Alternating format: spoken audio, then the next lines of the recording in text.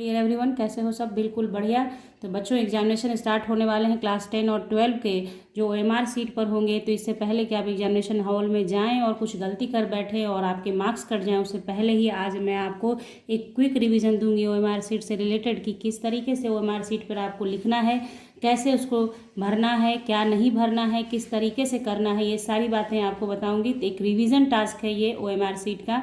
आप एक बार ही देखेंगे और उसको दिमाग में सेट करके जाएंगे एग्जामिनेशन हॉल में, ताकि आपको कहीं कोई परेशानी नहीं हो और आपको 100% मार्क्स स्कोर हो जाए। ठीक है, तो बने रहना है आपको साथ में, ताकि आप सारी बातों को अच्छी तरीके से समझ सके। अगर वीडियो अच्छी लगे तो लाइक करिएगा और अपने दोस्तों को भी शेयर कर लीजिएगा और सब्सक्राइब कीजिएगा चैनल को विथ बेल आइकन। तो चलिए स्टार्ट करते हैं मेन पॉइंट्स जो कि OMR सीट से रिलेटेड है, जो कि CBSE सर्कुलर से लिया गया है। ओके, तो चलिए, तो देखिए सबसे पहला पॉइंट है, detail of the candidates will be pre filled in the OMR seat. यानी कि आपका जो डिटेल होगा, आपका जो नाम है, फादर्स नेम है, आपका रोल नंबर है, ये सारी बातें पहले से ही फिल्ड होंगी OMR सीट पर। आपको उसको नहीं लिखना है। ठीक है, आपको लिखना क्या है? तो देखिए, students have to write a question paper code in upper right corner in the space provided for the same. यानी आपको क्या करना है? क्वेश्चन पेपर कोड लिखना है सिर्फ OMR सीट पे, वो भी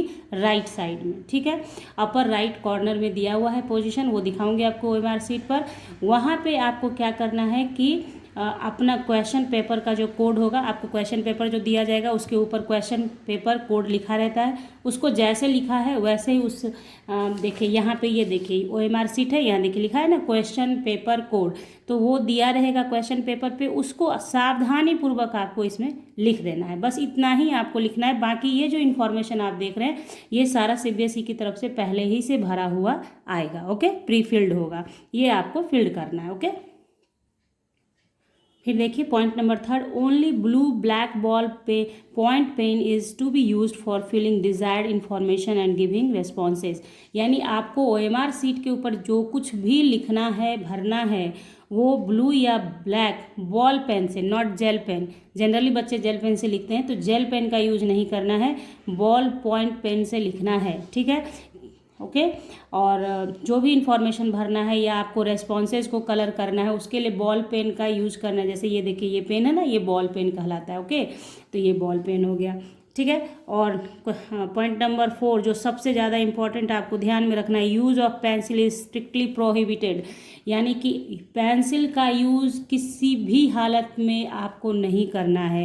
पेंसिल से किसी भी तरीके का कोई भी चीज़ OMR सीट पर आपको नहीं करना है, वो प्रोहिबिटेड है, यानी पूरी तरह से स्ट्रिक्टली प्रोहिबिटेड है। अगर आप उसको करते हैं तो आपका मार्क्स तो कटेगा ही कटेगा, और भी CBSE ने कहा हुआ है कि और भी कुछ बच्चों पे चार्जेस लगाए जाएंगे। तो एकदम दिमाग में बैठा लीजिए कि पेंसिल का यूज़ नहीं करना है। अब बारी आती है कि आपके पास आ गया क्वेश्चन पेपर, आपने क्वेश्चन टैग लिख दिया, और अब OMR सीट भरना है। तो कैसे कैसे क्या क्या उसके लिए सर्कुलर है, ध्यान से समझिए। तो यहाँ देखिए, ये OMR सीट है जिसमें आपको भरना है, रेस्पॉन्सेज अपना डालना है। तो सबसे पहली बात, CBSE ने इस बार मैक्सिमम क्वेश्चन की संख्या की है 60। ओके, तो ज़रूरी नहीं है कि हर एक सब्जेक्ट में 60 क्वेश्चंस ही आएंगे। किसी ऐसे सब्जेक्ट होगा जिसमें 35 क्वेश्चन होंगे, किसी में 45 क्वेश्चंस होंगे। तो आपको क्या करना है कि सबसे पहला काम कि मैक्सिमम उस पेपर में कितना क्वेश्चन है, मैक्सिमम कितना क्वेश्चन है। मान लीजिए कि मैक्सिमम क्वेश्चन 55 है। ठीक है, तो 55 जहाँ तक आता है, जैसे यहाँ देखिए आप 55 यहाँ तक है, इसको मार्क कर लीजिए कि यहाँ तक ही आपको भरना है। इसके आगे अगर आप बनाते हैं कुछ भी ये सोच के कि 55 मेरा गलत हो गया, 56 को कलर कर दूंगा, तो उसका मार्क्स आपको नहीं मिलेगा।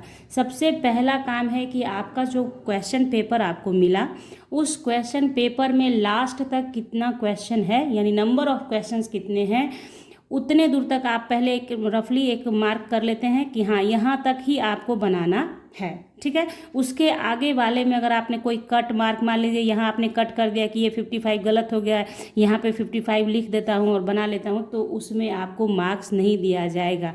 यानी किसी क्वेश्चन पेपर में जितने मैक्सिमम क्वेश्चन की संख्या होगी, उसके बाद अगर आपने कुछ भी कलर किया है तो वो मान्य नहीं होगा, यानी उसके लिए आपको मार्क्स प्रोवाइड नहीं किया जाएगा। क्लियर? पहला काम आपने कर लिया कि मैक्सिमम क्वेश्चन इतना ही बनाना है, ठीक है। अब देखिए यहाँ पे आप देख रहे हैं कि रेस्पॉन्स के लिए क्वेश्चन नंबर 1 का रेस्पॉन्स ABCD के फॉर्म में है।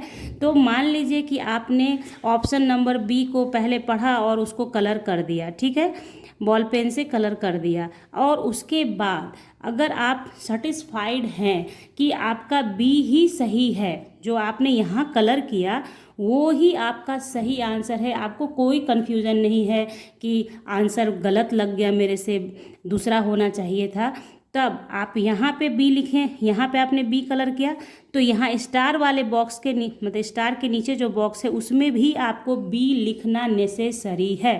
ध्यान रखिए, यहाँ सर्कल किया तो यहाँ लिखना भी ज़रूरी है। हाँ, अगर मान लिया कि आपने यहाँ सी को सर्कल किया और उसके बाद आप फील करते हैं कि इसका ऑप्शन बी सही था, इसका ऑप्शन बी सही था, सी आपने किया लेकिन बाद में रियलाइज़ हुआ कि बी सही है, तो इस बॉक्स में आप बी लिखेंगे। इस बॉक्स में क्या लिखेंगे? बी, क्योंकि बॉक्स वाला लिखा ही मान्य होगा।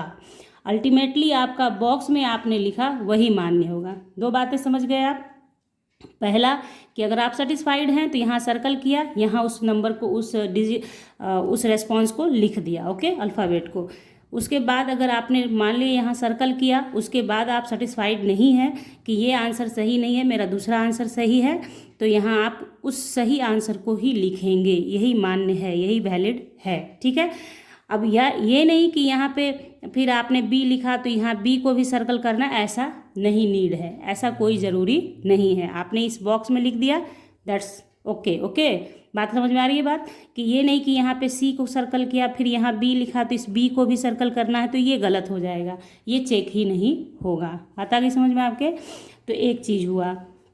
दूसरी बात, मतलब दूसरी दो बात तो बता दी, तीसरी बात कि अगर मान लिया कि आपके पास टाइम नहीं है, पहली बार आप OMR सीट पे एग्ज़ाम देंगे, तो हो सकता है टाइम का थोड़ा सा मैनेजमेंट नहीं हो पाए, तो वैसे केस में आप अगर यहाँ देखिए ऑप्शन आपने देखा ABCD और 3 का आपको लगता है कि D सही है, तो यहाँ अगर आप सर्कल करने में चूक भी जाते हैं तो यहाँ लिखना ज़रूरी है। बात आ गई समझ में? मान लिया कि आपके पास टाइम नहीं है कि सर्कल को राउंड करने का, सर्कल को भरने का, डार्कन करने का, तो उस डिजिट को, उस रेस्पॉन्स को आप इस बॉक्स में लिखिएगा। यानी ओवरऑल आपको बताया जाए तो ये कि बॉक्स में लिखना नेसेसरी है। अगर आपने सर्कल कर भी दिया और इस बॉक्स में नहीं लिखा तो मान लीजिए कि वो CBSE मान लेगी कि आपने उस क्वेश्चन को अटैम्प्ट ही नहीं किया। बात समझ में आ रही है आपके? आपने मान लीजिए ये जो है, मान लो इस सर्कल को आपने डार्कन कर दिया, इस बॉक्स में कुछ नहीं लिखा, तो नॉट अटेम्प्टेड माना जाएगा, नॉट अटेम्प्टेड माना जाएगा। और आपने यहाँ सर्कल में कुछ भी नहीं, मतलब ये सर्कल को डार्कन नहीं किया, फिर भी यहाँ रिस्पॉन्स लिख दिया, तो ये अटेम्प्टेड माना जाएगा। क्लियर? बात आ गई समझ में? कोई डाउट? अब देखिए, अब बारी आती है इस हैशटैग के नीचे जो सर्कल में क्वेश्चन का नंबर दिया, जैसे देखो 1 नंबर क्वेश्चन है तो 1 नंबर क्वेश्चन का 4 रेस्पॉन्स, देन बॉक्स और देन सर्कल, ओके। तो अगर आपको क्वेश्चन नंबर 1 अटैम्प्ट नहीं करना है, ठीक है, मान लीजिए क्वेश्चन नंबर 1 अटैम्प्ट नहीं करना है, तो इसको आपको सर्कल कर देना है, ठीक है। तो माना ये जैसे ही आपने सर्कल किया तो हो गया कि ये नॉट अटेम्प्टेड हो गया, अटैम्प्ट ही आपने नहीं किया। बात आई समझ में? अटैम्प्ट नहीं करना है तो इसको सर्कल करना ज़रूरी है। बात समझ में आ रही है? अब देखिए, अगर किसी केस में आपने ऐसा किया कि ना सर्कल को अटैम्प्ट किया, ना बॉक्स में कुछ लिखा, ना इस सर्कल को कुछ अटैम्प्ट किया, तो भी माना जाएगा कि आपने क्वेश्चन को अटैम्प्ट ही नहीं किया। बात आ रही समझ में? मतलब मान लिया कि इस सर्कल को भी भूल गए आप करना, मान लीजिए 8 नंबर क्वेश्चन है, इसको भी सर्कल नहीं किया, डार्कन नहीं किया, बॉक्स में भी कुछ नहीं लिखा और इसको भी कुछ नहीं किया, तो इसको ऐसे ही मान लिया जाएगा कि नॉट अटेम्प्टेड, यानी इसके लिए मिलेगा 0 मार्क्स। बात आ गई समझ में? और जो आप लोग जो गलती करेंगे, जैसे आपने अगर क्वेश्चन नंबर 1 अपने क्वेश्चन पेपर पे देखा है तो 1 वाले में ही जो लिखना है वो कीजिएगा। ऐसा नहीं कि कट मार के इसको 2 3 बना दीजिएगा। मान लिया कि 3 नंबर को गलत हो गया तो इसको काट दीजिएगा, फिर कहीं पे 3 लिख दीजिएगा। ऐसा कुछ भी नहीं करना है, सीरियल वाइज आपको चलाना है। यानी कि 1 क्वेश्चन का आंसर 1 में ही जाएगा, 2 का आंसर 2 में ही जाएगा। इसमें जो करना है 2 का इसी में होगा। ऐसा नहीं, कुछ भी नहीं कि काट कुट के कुछ भी नहीं करना है आपको। जो करना है इसके साथ ऐसे करना है। यानी ओवरऑल बता दूं आपको तो बॉक्स में लिखना मस्ट है। बॉक्स में आपने लिख दिया तो सेफ है। आपने बॉक्स में लिखा तो सीबीएसई मानेगी कि क्वेश्चन अटेम्प्ट किया गया, और अगर क्वेश्चन सही आया आपका आंसर तो आपको मार्क्स भी मिल जाएगा। और there is no negative marking. इसलिए आपको करना क्या है, जो भी क्वेश्चन आप अटेम्प्ट करें, अगर कुछ में आपको तुक्का लगता है तो तुक्का के हिसाब से भी कर सकते हैं, और अगर किसी में हो सकता है कि नहीं कुछ समझ में आ रहा है तो भी आप कुछ ऑप्शन लिख दीजिएगा। अगर सही चला गया तो सर चला गया, क्योंकि निगेटिव मार्किंग का प्रावधान नहीं किया गया है, छोड़िएगा नहीं। और हाँ, मान लीजिए देखिए, जैसे आप ये क्वेश्चन मान लीजिए 55 तक हम लोगों ने कर लिया कि 55 तक ही क्वेश्चन है, इसमें मुझे 22 का नहीं आता है आंसर। ओके, 22 का नहीं आता है, ये 22 मुझे नहीं आता है, तो बस इसको आपने कर दिया ऐसे कि नॉट अटेम्प्टेड हो गया।